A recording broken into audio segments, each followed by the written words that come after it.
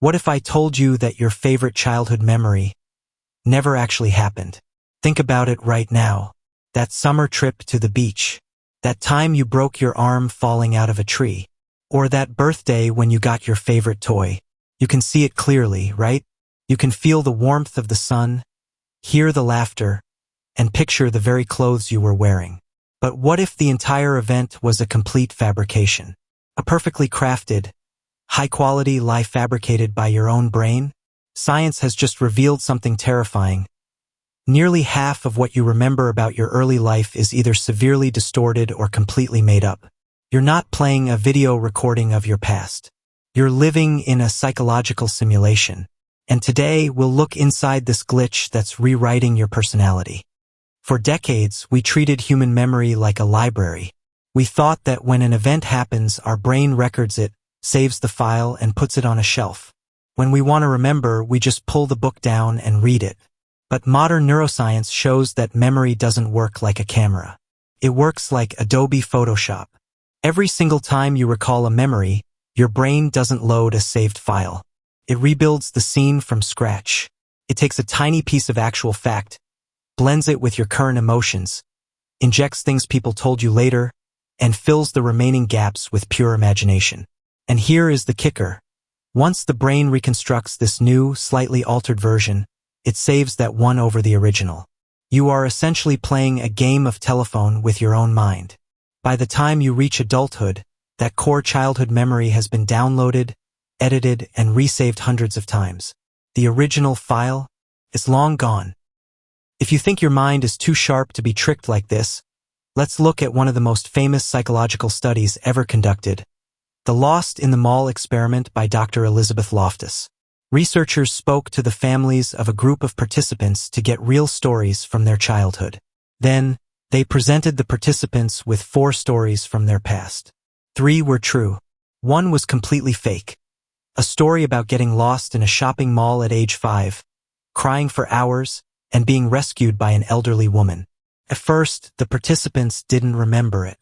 But over the next few days, as they tried to recollect the event, something incredible happened. Nearly 25% of the participants didn't just believe the fake story. They started adding vivid details to it.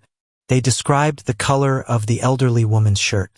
They remembered the specific toy store they were standing next to. They genuinely recalled the absolute terror they felt. Their brains literally grew a new, highly detailed memory out of absolutely nothing.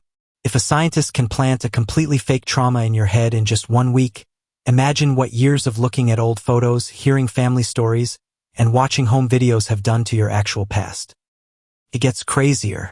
This glitch doesn't just happen in isolation. It can happen to millions of us at the exact same time. You've probably heard of the Mandela Effect, where large groups of people confidently remember history incorrectly. Think of the Monopoly man. Does he wear a monocle? Most people say yes. The actual answer? No, he never did. Think of Darth Vader's most iconic line. You probably think he says, "Luke, I am your father." But go watch the movie right now. He actually says, "No, I am your father." Why does this happen? Because human memory is deeply social. We are wired to conform. If your sibling says, "Hey, remember when we got lost in that storm?" Your brain immediately starts building the storm. It wants to connect, it wants to validate, so it creates the data out of thin air. We don't just misremember alone. We rewrite history together. This brings us to a profound, almost existential question. Our identities are built entirely on our experiences. We are who we are because of where we've been, what we've suffered, and what we've achieved. Our memories are the anchor of our soul. But if that anchor is made of illusions, who are we really? If you can't trust your brain to accurately remember the house you grew up in, or the first friend you made, then the version of you that exists in your head right now is essentially a fictional character. You are an author, constantly writing and rewriting a novel called your life, convincing yourself that every word is nonfiction. Your brain isn't lying to you to be cruel. It's doing it to protect you. It curates your past to help you navigate your present. It builds a narrative that makes you look like the hero or the survivor because that's what you need to keep moving forward. The reality is, We will never truly know which parts of our childhood are real and which parts are just beautiful illusions created by our minds.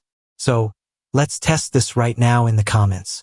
What is a vivid childhood memory that you later found out, through your parents or old videos, was completely wrong or never happened? Let's see how common this illusion really is. If this video made you question your own reality, hit that like button, subscribe for more deep dives into the human mind, and share this with a childhood friend to see if you even remember the same past. Thanks for watching, and remember, keep questioning everything, especially yourself.